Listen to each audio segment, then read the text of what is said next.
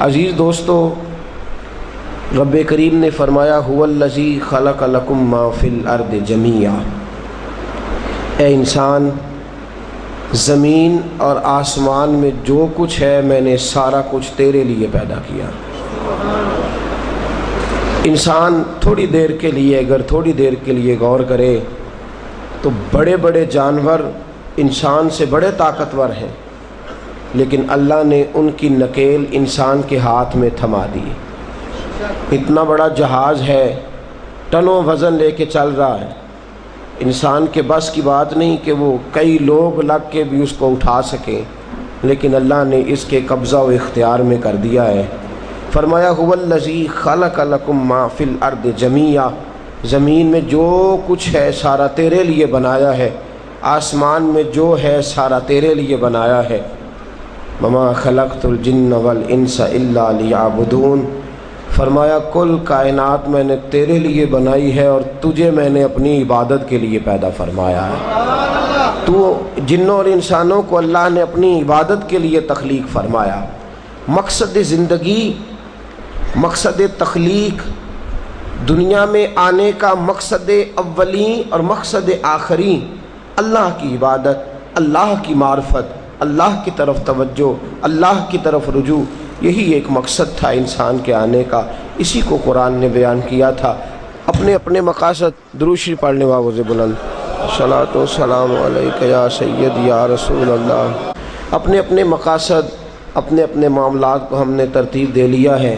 صبح سے شام تک کے معاملات سارے کے سارے ہمارے ذاتی، نجی اور ہمارے اپنے بنائے ہوئے مقاصد کے تحت گزر رہے ہیں، حالانکہ رب کریم نے فرمایا کہ انسان میں نے تجھے اپنی عبادت کے لیے بنایا ہے، اپنے لیے تجھے بنایا ہے، تو میری بارگاہ میں سجدہ ریز ہو، تو میری بارگاہ کی طرف توجہ کرے، تو میرے لیے تسبیح پڑھے، تو تحلیل کے جملے بولے، تو تکبیر کہے، تو میرے محبوب پہ نازل ہونے والے قرآن کی تلاوت کرے۔ تجھے تو اس لیے بنایا تھا۔ عبادت کا معنی یاد رکھیے گا، عبادت کا معنی فقط نماز پڑھنا نہیں، عبادت کا معنی صرف نماز پڑھنا نہیں، نماز عبادت کا ایک جز ہے، نماز عبادت کا ایک حصہ ہے۔ عبادت نماز پڑھنے کا نام نہیں، عبادت روزہ رکھنے کا نام نہیں، عبادت صرف اور صرف حج کرنے کا نام نہیں، فقط ذکر فکر کرنا عبادت نہیں، بلکہ اللہ کا حکم ماننے کا نام عبادت ہے۔ خدا رسول کی بات ماننے کا نام عبادت ہے۔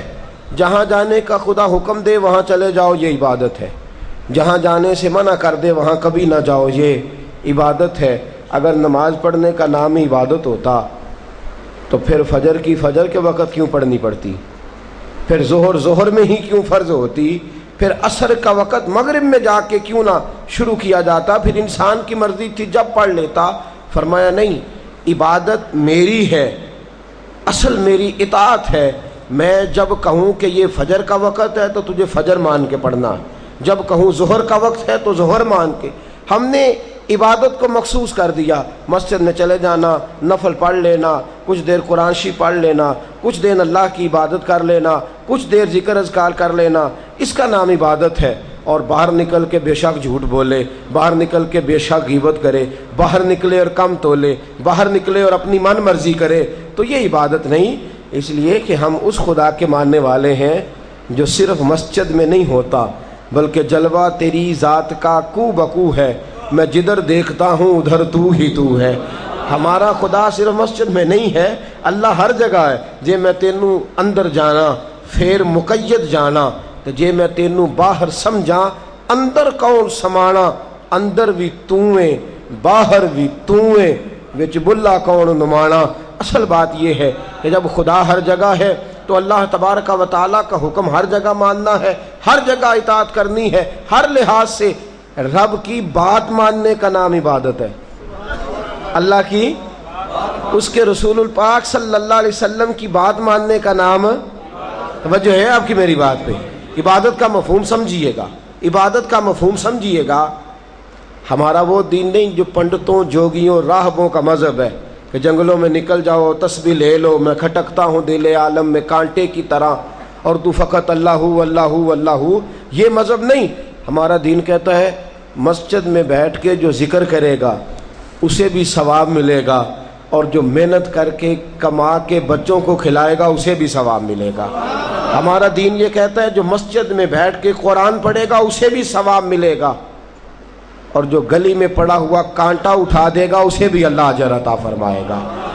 اللہ کا حکم ماننا، اللہ کا حکم ماننے کا نام عبادت۔ محمود غزنوی کے پاس ہیرا ہے، محمود غزنوی کے بڑے غلام تھے تو ایک بڑا پیارا تھا اسے، آپ جانتے ہیں اس کا نام کیا تھا؟ ایاز محمود غزنوی کو بڑا تو حسد شروع ہو جاتا ہے ہر جگہ، اللہ ماشاءاللہ، لوگ کہنے لگے بادشاہ ہر وقت اسی کو پیار کرتا رہتا ہے، ہر وقت اسی کی طرف توجہ کرتا رہتا ہے۔ بادشاہ نے ایک دن آزمانا چاہا، اتنا ہیرا تھا، موٹا ہیرا بادشاہ کے پاس۔ بادشاہ نے ایک وزیر صاحب کو بلایا، کہا یہ اینٹ پکڑو، ہیرے پہ مارو، اسے توڑ دو۔ کہنے لگا بادشاہ بات تیری ٹھیک ہے پر بڑا قیمتی ہیرا ہے، کیوں تڑوا رہے ہیں آپ؟ مال خزانہ میں رکھ دیں، کام آئے گا، کسی نہ کسی جگہ پہ استعمال ہو جائے گا، آپ کیوں اس کو تڑوانے کی ضد کر رہے ہیں؟ بادشاہ سلامت نے کہا اچھا تم نے ٹھیک مشورہ دیا، میں ہی جذبات میں آ گیا تھا۔ ایک دوسرے آدمی کو بلایا، اس کو کہا یہ ہیرا توڑنا ہے۔ اس نے کہا بادشاہ مجھے لگتا ہے پوری دنیا میں اتنا موٹا ہیرا تیرے پاس ہے، کسی اور کے پاس نہیں ہوگا، یہ توڑنے کی چیز نہیں، تجوری میں سنبھالنے کی چیز ہے، اسے سنبھال کے رکھ۔ تیسرے کو بلایا، چوتھے کو بلایا، جس کو بھی بلاتا رہا وہ بادشاہ کو سمجھاتا رہا، جس کو بلایا بادشاہ کو سمجھایا۔ ایاز کی باری آئی، کہا ایاز ادھر آ، توجہ ہے آپ کی؟ ایاز ادھر آ، یہ ہیرا تو توڑ دے۔ اس نے اینٹ پکڑی، زور سے ماری، ہیرا توڑ دیا۔ بادشاہ کہنے لگا بڑا بیوقوف ہے بھئی تو، یہ سارے میرے خیر خواہ تھے، مجھے سمجھاتے رہے اور تو نے خیال ہی نہیں کیا، میں بیوقوف تھا تو تو بھی ساتھ ہو گیا، توڑ ہی دیا۔ کہنے لگا بادشاہ غلطی ہو گئی، مجھ سے غلطی ہو گئی، مجھے نہیں توڑنا چاہیے۔ اس نے کہا اچھا چل چھوڑ، ایک بات بتا، تیرے سامنے جو سب مجھے مشورے دے رہے تھے تو نے کیوں نہیں دیا؟ میں نے تجھے کہا توڑ دے، کیا لفظ ایاز نے کہے، کمال کر دی۔ کہنے لگا بادشاہ میرے دل میں خیال آیا ہیرا ٹوٹتا ہے تو ٹوٹ جائے، میرے بادشاہ کا حکم نہیں ٹوٹنا چاہیے، یہ ٹوٹتا ہے تو ٹوٹ جائے، یہ کرچی کرچی ہوتا ہے تو ہو جائے، خزانہ خالی ہوتا ہے تو ہو جائے، لیکن میرے مالک کا حکم نہیں ٹوٹنا چاہیے۔ بادشاہ میں ہر چیز توڑ دوں گا پر میں تیرا حکم نہیں توڑ سکتا۔ بس دوستو یہی عبادت ہے، بلا مثال و بلا تشبیہ بات سمجھیے گا۔ جس نے خدا کا حکم توڑ دیا اس نے عبادت نہیں کی، اور جس نے خدا کا حکم اچھا آؤ نماز کے لیے، دکان کا وقت ہے، گاہک بھی زیادہ آ گئے ہیں، رش پڑ گیا ہے، اب تھوڑا وقت مشکل ہو جائے گا، ذرا تھوڑی دیر میں پڑھ لوں گا۔ ہیرا ٹوٹتا ہے تو ٹوٹ جائے، گاہک آنے کا سلسلہ ٹوٹتا ہے تو ٹوٹ جائے، روزی آنے کا سلسلہ ٹوٹتا ہے تو ٹوٹ جائے، مسلمانوں خدا کا حکم نہیں ٹوٹنا چاہیے، رسول اللہ کا فرمان نہیں ٹوٹنا چاہیے۔ میرے رسول پاک صلی اللہ تعالیٰ علیہ وسلم کا اقبال نے کیا کہا؟ کہنے لگا اے طائر لاہوتی، اس رزق سے موت اچھی جس رزق سے آتی ہو پرواز میں کوتاہی۔ کہا خدا کا حکم نہ توڑ بیٹھنا، اور عبادت بھی جس کو اللہ کہہ دے وہ عبادت ہے۔ ایک بندہ زوال کے وقت نماز پڑھنے کھڑا ہو جائے تو ہو جائے گی، کیوں؟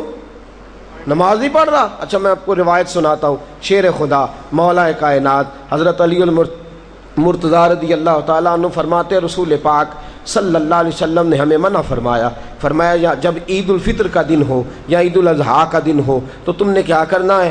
فجر کی نماز پڑھنی ہے، اس کے بعد اشراق چاشت نہیں پڑھنی، فجر سے لے کر عید کی نماز تک درمیان میں کوئی نماز نہ پڑھنا۔ جب عید کی نماز ہو چکے پھر تمہیں اجازت ہے جتنے مرضی نفل پڑھو، لیکن فجر سے لے کر عید تک تم کوئی اور نماز نفل درمیان میں نہ پڑھنا۔ حضرت علی المرتضیٰ شیر خدا کا زمانہ ہے، عید کا اعلان ہو گیا، عیدگاہ میں لوگ اکٹھے ہو رہے ہیں، ایک شخص دوڑا آیا، اس نے آ کے نماز کی نیت باندھ لی۔ توجہ ہے آپ کی؟ میں نے کہا عبادت ہے خدا کا حکم ماننے کا نام۔ حضرت علی رضی اللہ تعالیٰ عنہ نے نماز کے بعد اس شخص کو بلایا، فرمایا ادھر آ، تجھے نہیں پتا کہ جب تک عید کی نماز نہیں ہوتی کوئی اور نفل نہیں پڑھیں گے؟ کہنے لگا جی میں نے نماز ہی پڑھی ہے، کوئی جرم کیا ہے؟ بھئی نماز پڑھی ہے نا، میں نے سجدہ کیا ہے، کوئی جرم ہے؟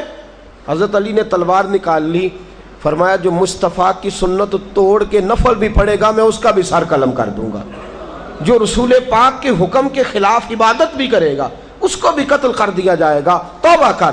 یاد رکھیے گا عبادت خدا رسول کی بات ماننے کا نام ہے۔ آپ سویرے 8 بجے اٹھ کے کھڑے ہو جائیں کہ میں نے تو فجر پڑھنی ہے، فجر کا وقت 8 بجے نہیں ہوتا، وہ گزر گئی 4 بجے، 4:15 بجے ہو چکا۔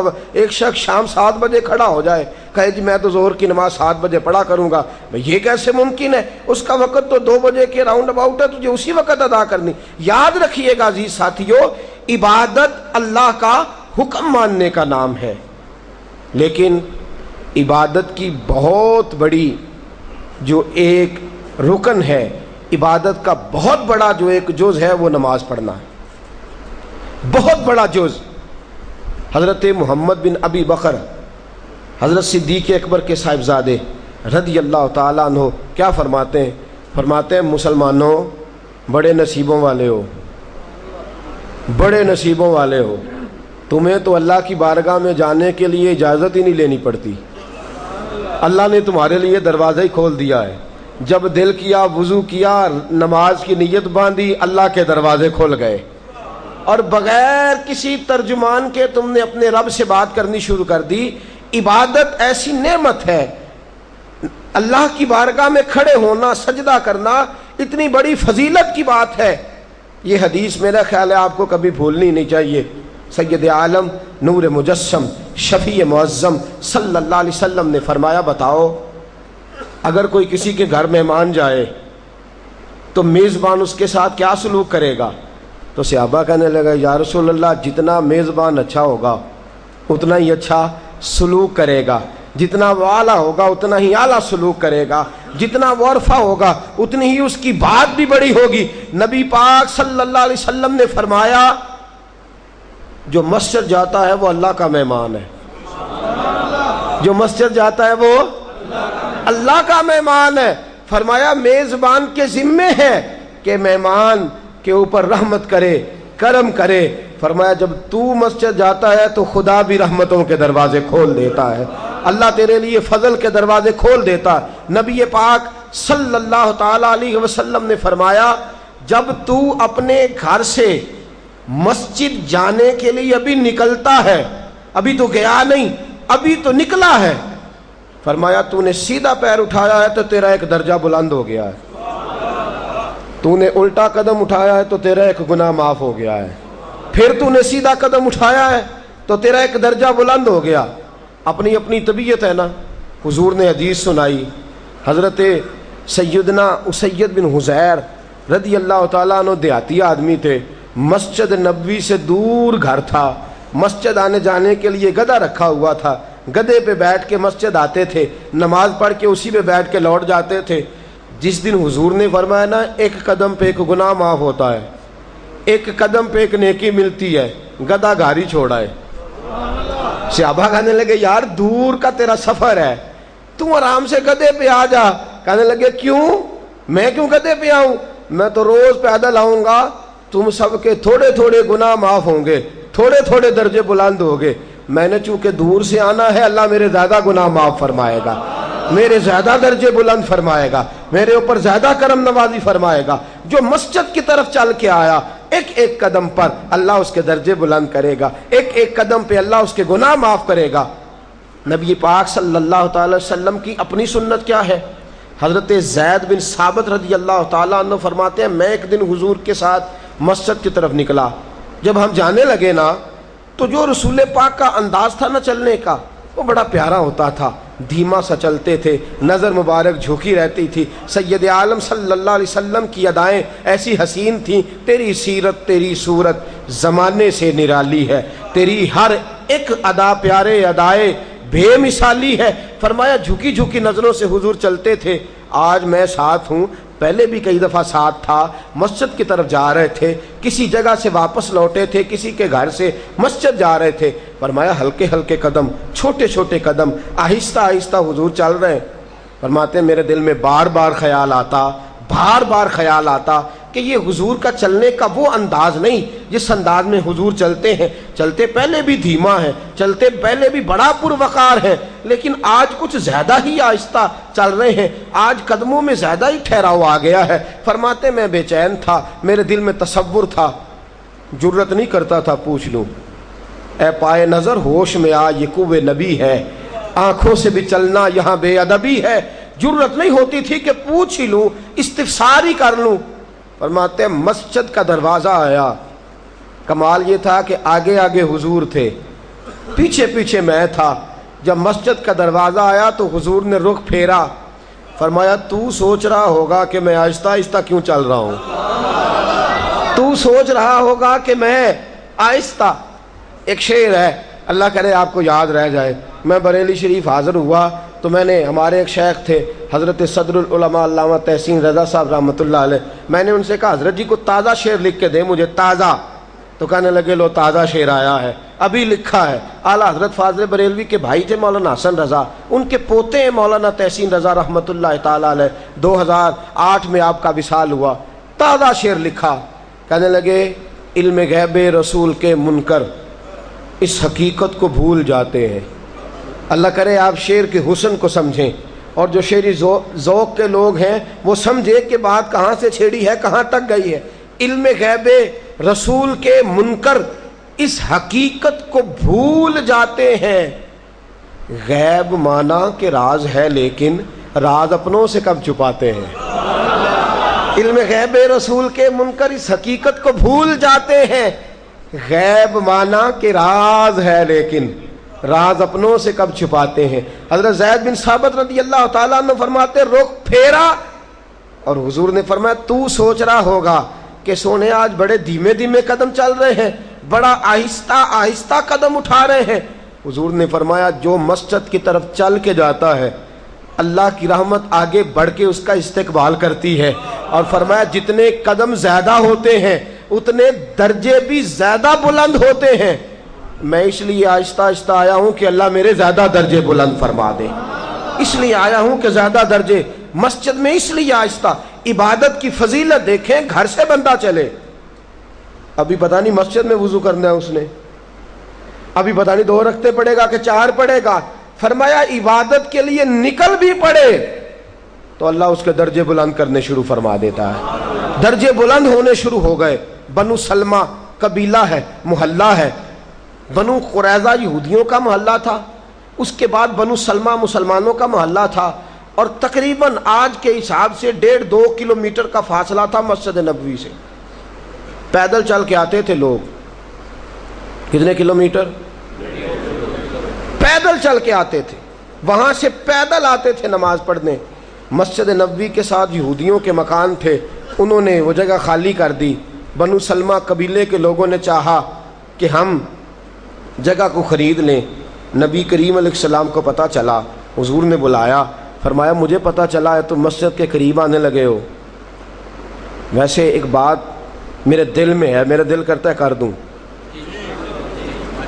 صحابہ مسجد کے قریب رہنا پسند کرتے تھے، اور آج کل جی اے مولوی سون نہیں دیں دے.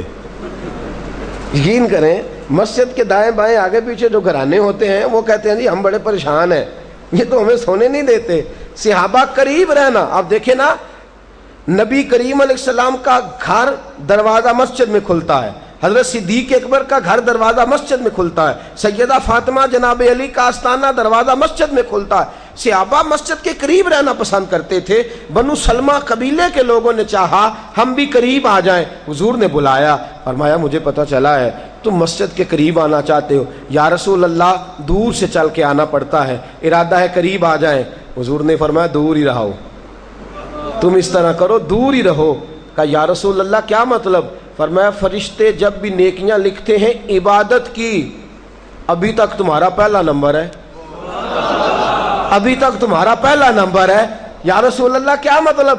فرمایا اس لیے کہ تم دور سے چل کے آتے ہو تو اللہ تمہیں زیادہ اجر عطا فرماتا ہے. جو دور سے چل کے آئے اللہ اسے زیادہ اجر عطا فرماتا ہے. حضرت سیدنا عبداللہ بن سلام رضی اللہ تعالیٰ عنہ اور حضرت ابو دردہ رضی اللہ تعالیٰ عنہ کا پیار بڑا تھا، بڑی محبت تھی درمیان میں حضرت عبداللہ بن سلام پہلے انتقال کر گئے، حضرت ابو درداء رضی اللہ تعالیٰ عنہ بیمار ہوئے تو حضرت عبداللہ بن سلام کے صاحبزادے یوسف بن عبداللہ تیمارداری کرنے گئے، پتہ لیا، خبر گیری کی، کہنے لگے چچا آپ کا آخری وقت محسوس ہوتا ہے، آپ نے حضور کے ساتھ زمانہ گزارا ہے، نبی کریم کی بارگاہ میں رہے ہیں، کوئی ایک بات مجھے جاتے جاتے مصطفیٰ کی بتا نہیں جاتے؟ کوئی ایک بات حضور کی جو مجھے پتہ چل جائے؟ حضرت ابو درداء رضی اللہ تعالیٰ عنہ صحابی ہیں، کیا عرض فرماتے ہیں اے بھتیجے میرا وقت ہے جانے کا، اور فرمایا یہ نزع کا عالم ہے، بڑا جھوٹا بھی مرتے وقت جھوٹ نہیں بولتا۔ فرماتے ہیں میں نے ایک حدیث سنی تھی رسول پاک سے، بس پھر میں نے ڈیرا لگا لیا، میں نے کبھی چھوڑا نہیں، اس پر مکمل عمل کیا ہے۔ کیا کہا میاں صاحب نے؟ ایک کوئی عرف تینوں درکار تے علم و بس کری ہو یار، عمل کرنا ہے تو ایک نقطہ ہی بہت کافی ہے، اگر کرنا ہو تو۔ نبی پاک صلی اللہ تعالی علیہ وسلم نے ایک بات فرمائی تھی، میں نے پلے سے باندھ لی۔ کیا فرمایا تھا؟ میرے رسول پاک صلی اللہ علیہ وسلم نے مجھ سے کہا تھا ابو درداء اللہ کی عبادت کبھی نہ چھوڑنا، رب کی عبادت کبھی نہ چھوڑنا، اور فرمایا تو خلوص کے ساتھ کھڑا ہو، وضو کر، 2 رکعت نماز پڑھ کے خدا سے معافی مانگ، اللہ تیرے سارے گناہوں کو معاف فرما دے گا، اللہ سارے گناہوں کو معاف فرما دے گا۔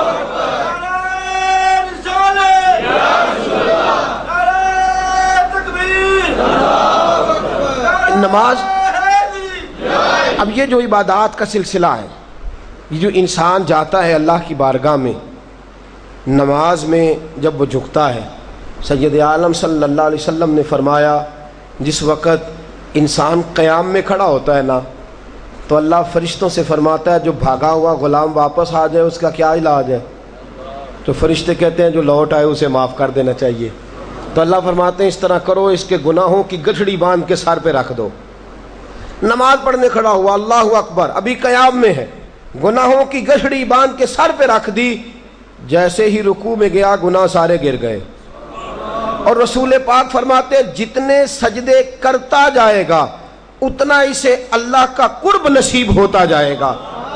خوبصورت ماحول مسجد نبی کا، پتہ صحابہ نماز کیسے پڑھتے تھے؟ مسجد نبی میں نماز کیسے ہوتی؟ جاگ رہے ہیں آپ لوگ؟ ذرا توجہ فرمائیے گا۔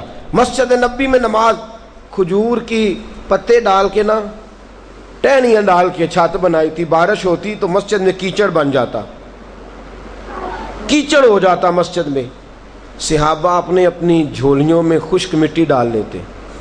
یہ کیا ہو رہا ہے؟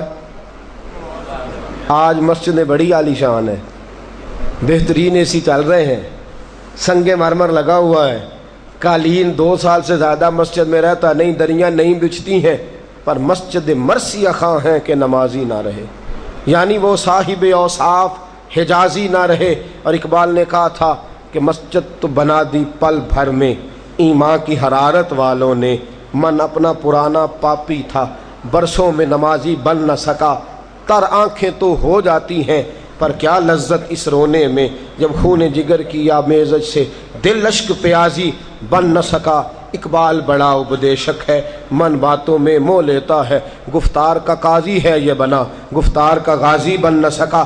رسول کریم صلی اللہ تعالی علیہ وسلم کے صحابہ جھولیوں میں خشک مٹی ڈالتے، مسجد نبی میں جاتے اور جہاں نماز پڑھنی ہوتی اپنے اپنے حصے کی خشک مٹی ڈالتے، نماز پڑھتے، جب سر سجدے میں رکھتے تو چہرے پہ مٹی لگ جاتی۔ میرے رسول پاک نے چہرے دیکھے، فرمایا صحابہ تمہیں پتہ ہے خدا کو سب سے زیادہ کون سا چہرہ پسند ہے؟ تمہیں پتہ ہے یہاں کسی گورے کی، کسی حسین کی، کسی اچھے رنگ والے کی، کسی بہترین نقش و نگار والے کی بات نہیں کی، تمہیں معلوم ہے، تمہیں خبر بھی ہے اللہ کو کون سا چہرہ سب سے زیادہ پسند ہے؟ یا رسول اللہ فرمائیے۔ فرمایا جو آدمی سجدے میں جائے اور اس کے چہرے کو مٹی لگ جائے، فرمایا خدا اس کے مکھڑے کو دیکھتا ہے اور اللہ اس کے مکھڑے کو دیکھ کے راضی ہوتا ہے جو اس کی شان کے لائق ہے۔ فرمایا جب تک سجدے کی مٹی تیری پیشانی پہ رہتی ہے اللہ کے فرشتے تجھ پر درود بھیجتے رہتے ہیں، خدا کے فرشتے درود بھیجتے ہیں تیرے اوپر۔ اور جس پر فرشتے درود بھیجیں اور جس کو اللہ نظر رحمت سے دیکھے. میاں صاحب کہتے ہیں جے ایک قطرہ بخشے مینوں تے کام بن جاندا ہے. تو جس کی طرف اللہ دیکھنے ہی لگ جائے, جس کی طرف خدا کی ساری رحمت کی توجہ ہو جائے, تو سجدے میں گر جا, تو سجدے میں جھک جا, اللہ تبارک و تعالی تیرے لیے نظر رحمت فرما دے گا, اللہ تیرے اوپر کرم نوازی فرما دے گا. رسول پاک صلی اللہ تعالی علیہ وآلہ وسلم کی خدمت عالی مرتبت میں صحابی نے عرض کی, یا رسول اللہ صلی اللہ تعالی علیہ وسلم, حضور سب سے افضل عمل کون سا ہے؟ نبی کریم نے فرمایا نماز پڑھنا. سب سے افضل عمل کون سا ہے؟ نہیں, سارے بولیے. جو پڑھتے ہیں رمضان سے پہلے وہ بھی بولے. انہوں نے نماز رمضان سے شروع کی ہے اور انشاءاللہ اب ہمیشہ پڑھنی ہے, وہ بھی بولے. اور جنہوں نے ابھی تک شروع نہیں کی, کچھ پڑھتے ہیں کچھ چھوڑتے ہیں, وہ بھی بولیں. سب سے افضل عمل کون سا ہے؟ سب سے افضل عمل. صحابی کہتے ہیں پھر پوچھا حضور اس کے بعد؟ نماز افضل عمل ہے, اس کے بعد؟ حضور نے مسکرا کے فرمایا نماز پڑھنا ہی ہے. کہتے ہیں تیسری بار کا سونے اس کے بعد؟ حضور مسکرائے, فرمایا تیسری بار بھی سب سے افضل عمل نماز پڑھنا ہی ہے. سب سے افضل عمل کون سا ہے؟ نماز مشکل کام ہے, نماز پڑھنا. لیکن نا کون اٹھے, بستر چھوڑے, نیند چھوڑے, گرمیوں میں پنکھا چل رہا ہوتا ہے, سردیوں میں لحاف گرم ہوا ہوتا ہے, بڑا مشکل کام ہے نا. اس لیے بہت سے ملنگوں تلنگوں نے نیا مذہب ایجاد کیا ہے, کہتے ہیں ہے ہی کوئی نہیں کام جو مشکل ہے.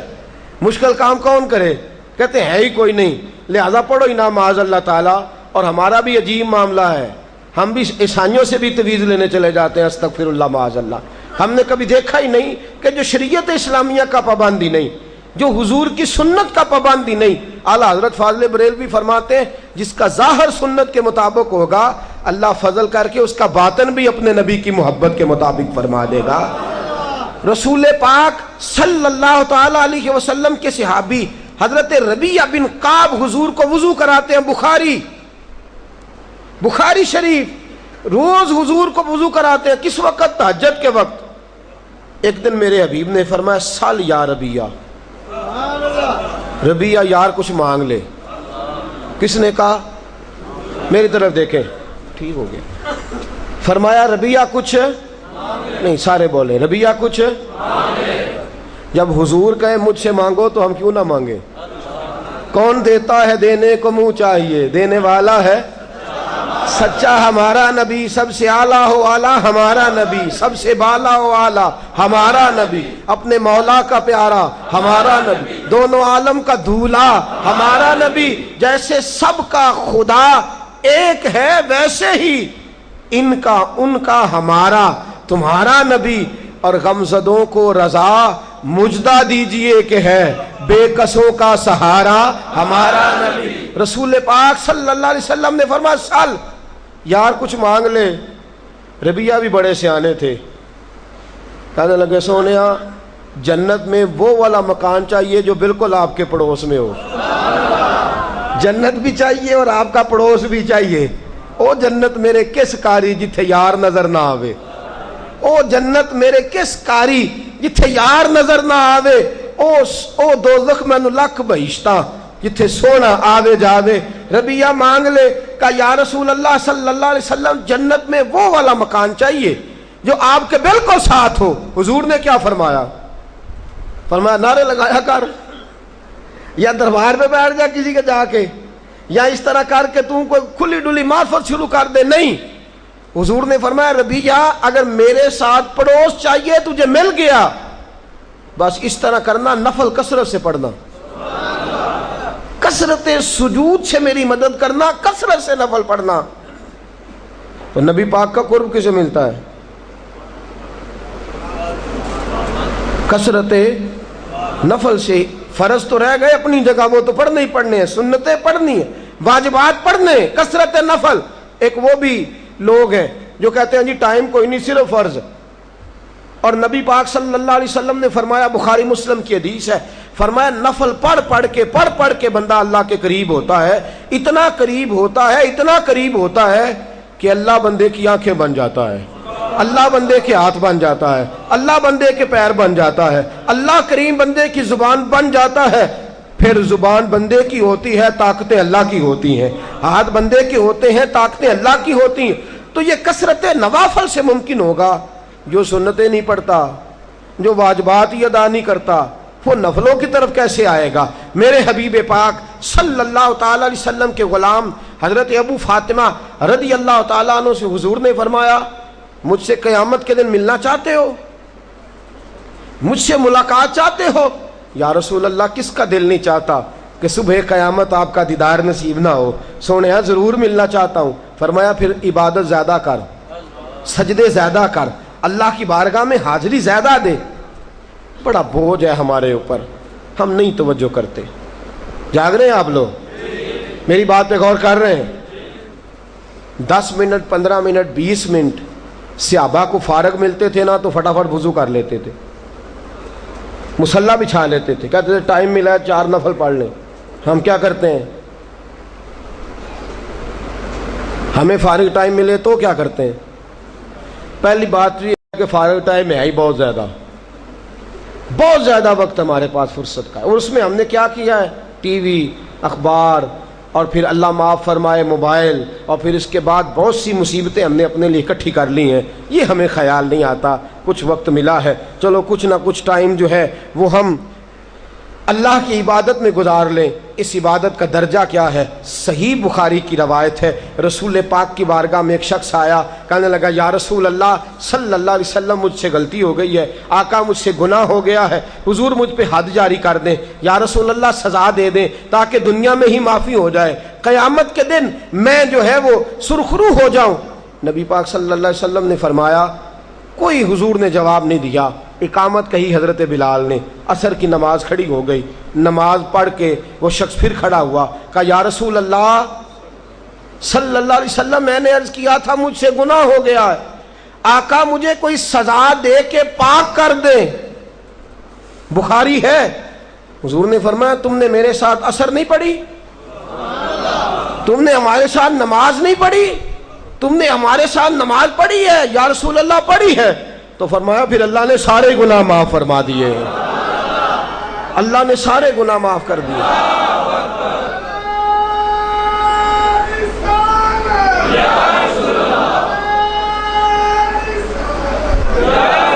نماز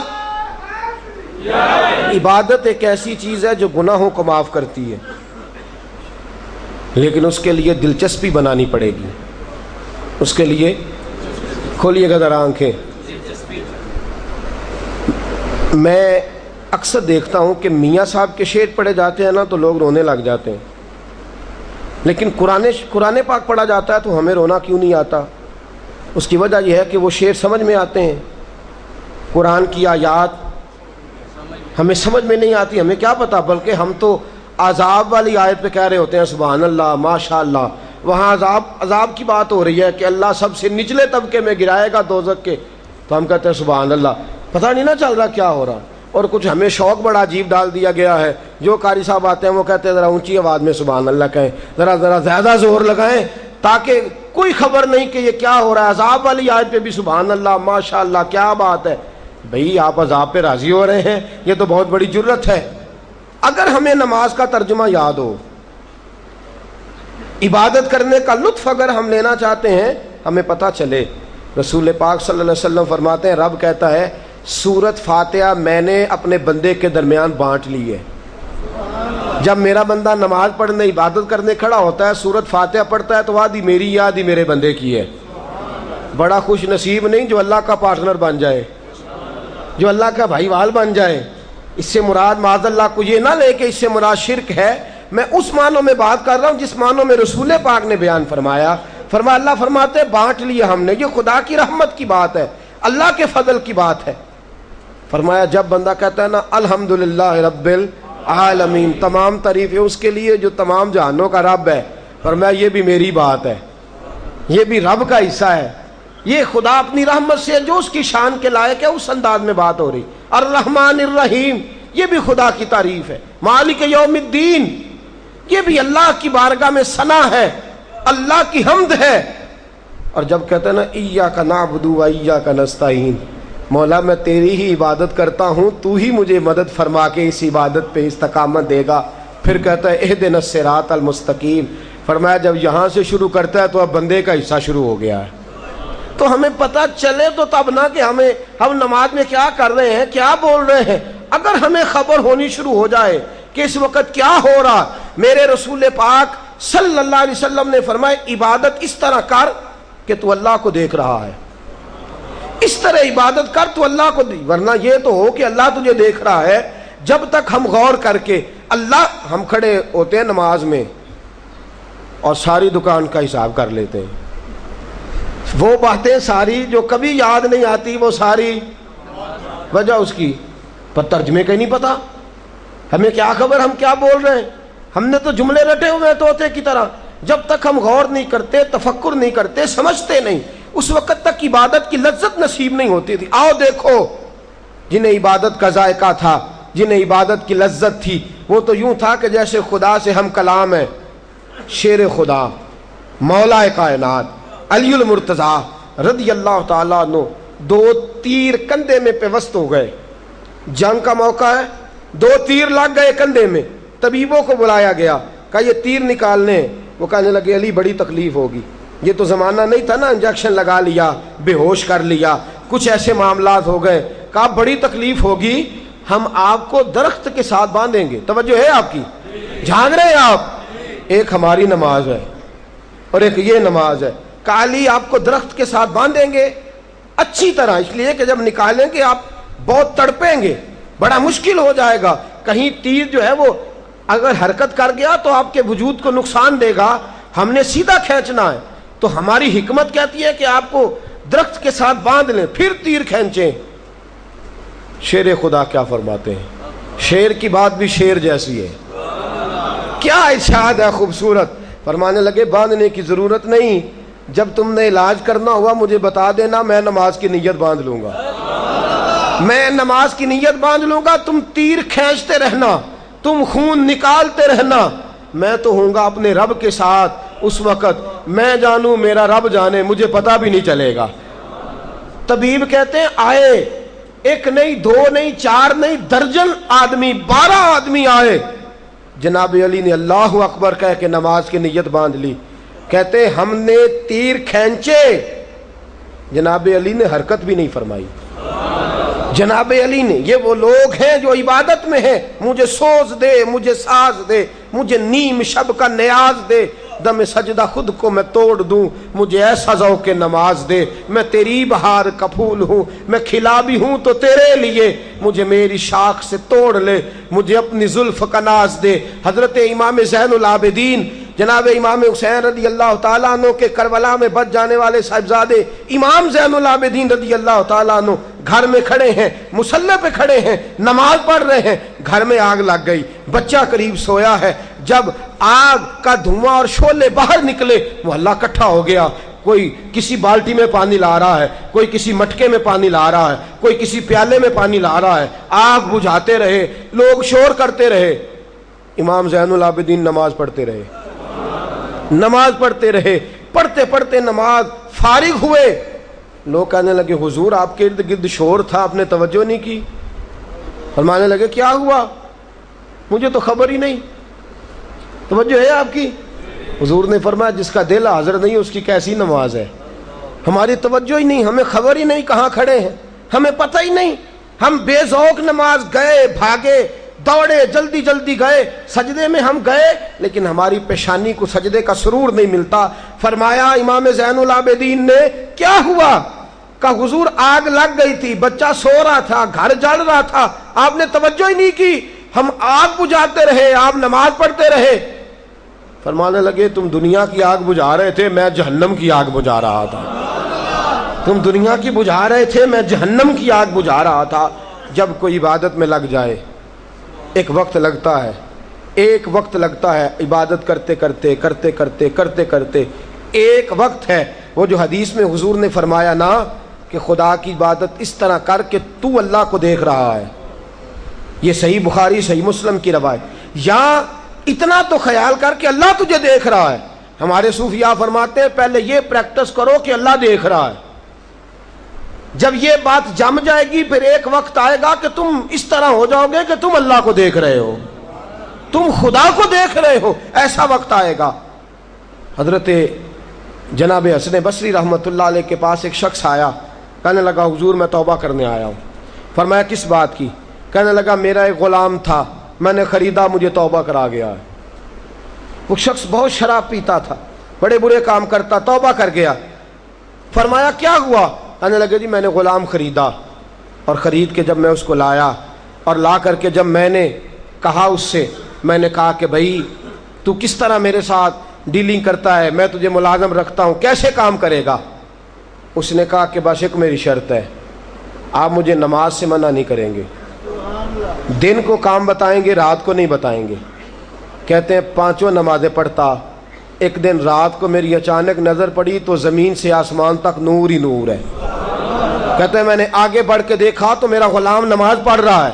میں نے اپنی بیوی کو بلایا، دونوں گئے، ہم نے کہا یہ کیا ہے؟ اٹھا، کہنے لگا ایک زمانہ تھا جب میں روشنی ڈھونڈا کرتا تھا، جب میں نور ڈھونڈتا تھا، میری عبادت نے اب مجھے وہ مقام دیا ہے کہ جہاں میں ہوتا ہوں نور وہاں پہنچ جاتا ہے، روشنی وہاں آ جاتی ہے۔ کہتے ہیں یہ لفظ کہے اور کہنے لگا راز کھل گیا ہے، اب میں دنیا میں نہیں رہوں گا، وہ تو انتقال کر گیا، مجھے عبادت کے طریقے بتا گیا۔ شیخ شبلی کہتے ہیں ایک بادشاہ سے میرا اختلاف ہو گیا، بادشاہ نے مجھے شیر کے پنجرے میں ڈال دیا۔ کہاں؟ کتنا آسان ہے میرے لیے بات کرنا اور کتنا مشکل ہے اس موقع پہ سامنا کرنا، شیر کے پنجرے میں ڈال دیا۔ توجہ ہے آپ کی؟ فرماتے ہیں میں پنجرے میں گیا، شیر نے میری طرف دیکھا تو میں نے اللہ اکبر کہہ کے نیت باندھ لی۔ فرماتے ہیں میں نماز پڑھنے لگا، شیر میرے پیر چاٹنے لگا۔ بادشاہ مجھ سے کہنے لگا یہ کیا ہے؟ میں نے کہا یہ ایک مقام ہے، میں خدا کی بارگاہ میں آیا ہوں، اور جو جس کی بارگاہ میں آ جائے، جو جس کے گھر آ جائے، وہ اس کی پناہ میں آ جاتا ہے۔ جب سے عبادت شروع کی ہے میں اپنے رب کی پناہ میں چلا گیا ہوں، اب کوئی مخلوق میرا کچھ بگاڑ سکتی؟ لو آخری بات سنیے، حضرت سعید بن عامر رضی اللہ تعالیٰ عنہ نبی پاک صلی اللہ تعالیٰ علیہ وسلم کے صحابی ہیں۔ حضرت سعید بن عامر رضی اللہ تعالیٰ عنہ کو حضرت فاروق اعظم رضی اللہ تعالیٰ عنہ نے حمص کا گورنر بنا دیا، عامل بنا دیا۔ حضرت عمر کا طریقہ یہ تھا کہ بعد میں خبر بھی رکھتے تھے گورنروں کی کارکردگی کیسی ہے۔ حضرت فاروق اعظم پہنچے، پتہ کیا بھئی کیا کارکردگی ہے؟ جاگ رہے ہیں آپ لوگ؟ کچھ سو رہے ہیں بیچ بیچ میں، کچھ جاگ رہے ہیں؟ میں نے کہا کچھ سو رہے ہیں۔ اچھا جو جاگ رہا ہے وہ تو کہے گا نا میں جاگ رہا ہوں، تو جو سو رہا ہے وہ کیسے کہے گا کہ میں جاگ رہا ہوں؟ تو بہرحال سو رہا ہے، وہ کیسے کہے گا میں جاگ رہا ہوں؟ اچھا قابل توجہ بات، حضرت عمر فاروق رضی اللہ تعالیٰ عنہ نے پوچھا کیسا گورنر ہے تمہارا، کیا خیال ہے تمہارا گورنر کے بارے میں؟ انہوں نے کہا جی ہمارا گورنر بڑا اچھا ہے، پر 4 شکایتیں ہیں ہمیں۔ کتنی؟ 4۔ فرمایا کون سی؟ کہنے لگی جی حضرت سعید بن عامر کا معاملہ یہ ہے کہ دن کو ملاقات کرتے ہیں، رات کو کسی سے ملتے نہیں۔ دوسرا معاملہ یہ ہے کہ پہلے صبح صبح فجر میں آ جاتے تھے لوگوں کی بات سننے، اب دن چڑھے باہر نکلتے ہیں۔ تیسری شکایت یہ ہے کہ مہینے میں ایک دن ایسا ہے کہ ملاقات کرتے ہی نہیں۔ چوتھی شکایت یہ ہے کہ کبھی کبھی رونے لگتے ہیں اور روتے روتے بے ہوش ہو جاتے ہیں۔ حضرت عمر نے بلایا، لوگوں کو بھی بلا لیا، فرمایا سعید تیری 4 شکایات ہیں۔ پہلی شکایت یہ ہے کہ تو دن چڑھے آتا ہے، صبح صبح کیوں نہیں آتا؟ توجہ ہے آپ کی؟ کل خواتین کے حوالے سے بات ہوئی نا، تو ذرا ایک جملہ یہ بھی سنیے گا، کہا تو دن چڑھے آتا ہے بر وقت کیوں نہیں آتا؟ حضرت سعید بن عامر گورنر ہے صوبے کے، فرمانے لگے حضور آپ نے پوچھ لیا ہے تو آپ میرے امیر ہیں، آپ کو بتانا میرے لیے ضروری ہے۔ اصل بات یہ ہے کہ میری بیوی بیمار ہے، اس بھلی عورت نے 30 سال میری خدمت کی ہے، اب وہ بیمار ہو گئی ہے۔ میں صبح اٹھتا ہوں تو آٹا گوندتا ہوں، روٹیاں پکاتا ہوں، بیوی کے منہ میں لقمہ دیتا ہوں، میں گھر میں جھاڑ پوچھ کرتا ہوں، اس نے میری خدمت کی ہے 30 سال، اب اسے ضرورت پڑی ہے تو میں یہ کام کرتے کرتے مجھے دن کا اجالا نکل آتا ہے تو آتا ہوں۔ حضرت عمر خاموش ہو گئے. کہا اچھا یہ بتلائیے آپ لوگوں کو دن میں ملتے ہیں رات کو کیوں نہیں ملتے؟ تو کہنے لگے عمر میں نے رسول پاک سے سنا ہے جو ایک سجدہ کرے گا اسے خدا کا قرب کا ایک درجہ مل جائے گا. میں نے دن رکھا ہوا ہے مخلوق کے لیے اور رات رکھی ہوئی ہے اپنے رب کریم کے لیے. فرمایا دن کو مخلوق کی باتیں سنتا ہوں، رات کو خالق کی عبادت کرتا ہوں. حضرت عمر کہنے لگے مہینے میں ایک دن آپ ملتے ہی نہیں، ایک دن آپ ملتے ہی نہیں مہینے میں. تو حضرت سعید بن عامر رضی اللہ تعالیٰ عنہ نے فرمایا عرض کیا نا بیوی بیمار ہے، مہینے میں ایک دن ایسا رکھا ہے کپڑے دھوتا ہوں اپنے بھی، بچوں کے بھی، بیوی کے بھی، میں یہ سارے کام کرتا ہوں مہینے میں. کہا اچھا یہ بتلائیے سنا ہے آپ روتے روتے بے ہوش ہو جاتے ہیں. حضرت سعید بن عامر پھر روئے، تڑپے اور کہنے لگے عمر عبادت تو آج شروع کی ہے نا، جب پچھلی زندگی کے گناہ یاد آتے ہیں تو رونے لگ جاتا ہوں. جب پچھلا دور آنکھوں کے آگے گھومتا ہے، جب اپنی کوتاہیاں یاد آتی ہیں، جب وہ کیے ہوئے جرم یاد آتے ہیں، پتہ سارا ہے سردار نو کیتیاں دا ایدا پردہ چپایا ہی پلا اسی. کہا پچھلے گناہ جب یاد آتے ہیں، خطائیں یاد آتی ہیں تو پھر صبر نہیں رہتا، ضبط نہیں رہتا، رو پڑتا ہوں. حضرت علی المرتضیٰ شیر خدا فرماتے ہیں صحابہ کا حال یہ تھا کہ رات ہوتی تھی تو دنیا سے کٹ جاتے تھے، مصلوں کو آباد کرتے تھے، عبادات کرتے تھے، تہجد پڑھتے تھے، اشراق پڑھتے تھے، چاش پڑھتے تھے، اوابین پڑھتے تھے. دوستو معمول بنائیے، دو چیزوں کا معمول بنا لیں. ایک تو مغرب کی نماز کے ساتھ 2 نفل کم از کم زیادہ پڑھا کریں. حضور نے فرمایا جو نماز مغرب کے بعد 2 نفل پڑھے گا 80,000 سال کی عبادت کا ثواب ملے گا. کتنے پڑھنے ہیں؟ رمضان شریف ہے نا، سحری میں اٹھنا ہے نا، تو جو اٹھ کے سویرے تہجد پڑھے، اٹھنا تو ہے نا، تو آپ اٹھیں وضو کریں پہلے تہجد پڑھیں. کم از کم 2 رکھتے، زیادہ سے زیادہ کی حد نہیں. میرے مصطفیٰ نے فرمایا جب کوئی بندہ تہجد پڑھنے کھڑا ہوتا ہے، فرمایا اللہ مسکراتا ہے اسے دیکھ کے جو اللہ کی شان کے لائق ہے. اللہ دیکھ کے مسکرا، دیکھو میرا بندہ بستر چھوڑ کے تہجد. کہا اگر وہ نوجوان ہو، جوان ہو اور پھر اٹھے اور نفل کی نیت باندھے تو اللہ فرشتوں کے سامنے فخر فرماتا ہے کہ دیکھو جوان بھی ہے پھر بھی تہجد کے وقت اٹھ کے نماز پڑھ رہا ہے. یہ 2 کام کریں گے انشاءاللہ. مغرب کے بعد کم از کم 2 رکھتے ہیں اور سویرے اٹھ کے سحری کے وقت کم از کم زیادہ سے زیادہ جتنی اللہ توفیق عطا فرمائے ہمیشہ مدحت خیر الانام میں گزرے. دعا ہے